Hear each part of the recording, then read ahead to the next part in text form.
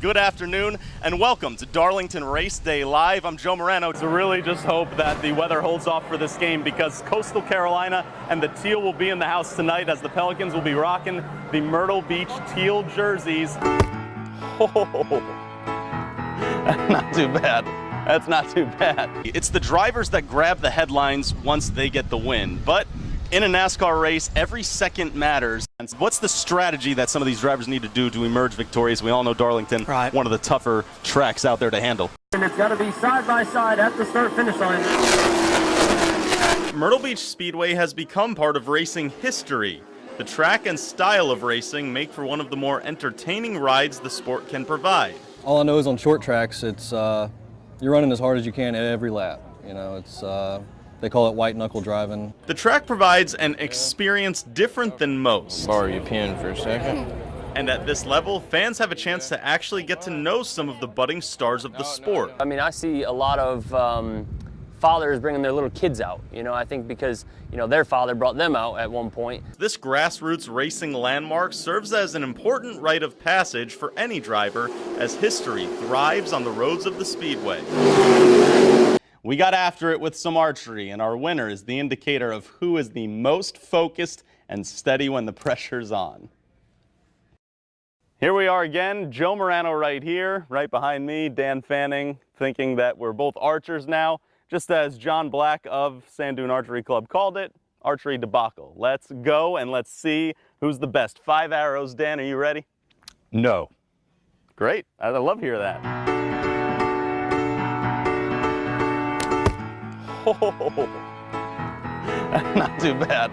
That's not too bad. I think the contest is already settled. Thanks for coming. Oh man, I'm glad that's on film. That'll play. Points. All right, he's getting points. He's getting points. Got to start somewhere. It's not too bad, right? Woo. Not bad. I'm gonna try and split this arrow before we're done here. He's sandbagging me. Living in the blue. That's not bad, right? Oh, nice. Got me off my game. Letting me back in. Door's open there. Not good. All right. Kid's creeping. That'll play. Kid's creeping. That'll play.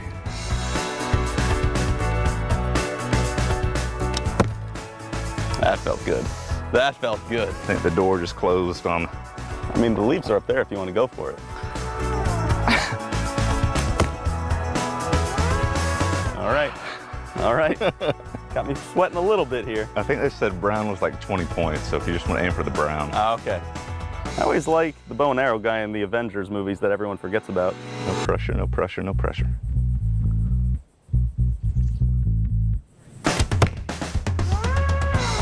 Not bad. I'll take it, I think. Yeah. I've only got one left, right?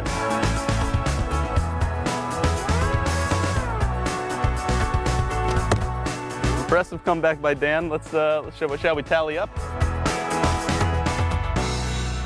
Well, you see the arrows closer than the experts thought. Joe with 40 right here, and Dan Fanning, great comeback, 38 points. For beginners, I say we're mediocre beginners. Not too bad. But nonetheless, I'm taking home the title and I'm taking home the Sand Dune Archery Club shirt. I'm very happy about this. John Black, thank you so much, sir. I appreciate that. Congratulations. Thank you. Excellent. Very good. I'm going to wear this on our upcoming sportscast and anytime I work with Dan from here on out, just to remind him of who is best. I did forget, Dan is here right now, I think, so we're just going to have to go ahead and show this one off and perhaps, you know, just utilize that for the rest of the weekend. Not too bad.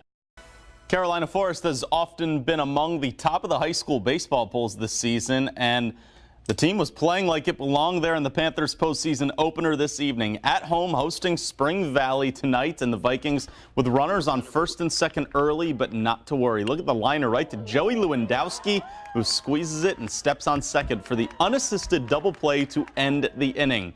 Time for some offense in the bottom half of the first. Ryan Gold strokes one to right. That ends up deep in the outfield. It'll put runners on second and third, and then a nice play at short by the Vikes on the Jacob Frischmuth grounder. But the first run crosses for the Panthers, and that sets up Hunter Baden, and this guy can rip, and he shows it here. Puts this one on Highway 501. The Panthers roll in their postseason opener, winning by a final of 5-3. South Florence was on the road at Ashley Ridge in its 4A opener. Bottom of the second, tied at 1. Will Hardy grabs the pop-up just in time and goes to first to complete the double play. Impressive stuff from the Bruin pitcher. Top of the sixth, still tied at 1. River Hill, weak grounder to the right side, and the throw home is low, so Ty Kings slides in safely to give South Florence a lead. Now we go to the seventh. It's 3-1. Kaishan Bacote lines out to center. Look at this. Going home right now, Charlie Hewitt is able to get under that tag, and the catcher had a little trouble holding onto the ball as well. That'll make it 4-1, and Will Hardy goes the distance. 6 strikeouts, including this one to end the game, and South Florence gets a big upset win over Ashley Ridge on the road, winning 4-2.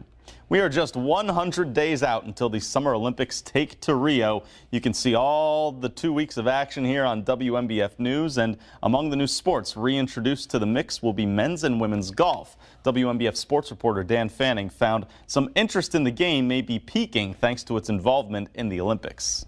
Thank you, Dan. Of American golfers, look for former Coastal All-American Dustin Johnson to be in that mix. But another CCU product is also making a push to get there. Amber Campbell is currently training to qualify for her 3rd Olympic Games. Remember, she was a participant in the hammer throw both in 2008 and 2012. Her next international competition is 2 weeks away, and Olympic trials are still 2 months away. But also worth noting, Campbell and her former Coastal coach, Alan Connie, were inducted into the Big South Hall of Fame today. The Charlotte Hornets backed up their superior home record by winning games 3 and 4 in their first round playoff series, but they need to steal one on the road in order to advance. Back in Miami tonight for Game 5, and the winner, of course, with that commanding 3-2 lead. Close in the first quarter, Al Jefferson with the putback layup. He had 14 this evening. And it's not a Hornets highlight without Kemba Walker, able to drill the 3-14 for Kemba this evening as well. And then on the defensive side, Spencer Hawes shows off the wingspan with the block of Justice Winslow. Take another look at that one. And then more Hornets offense.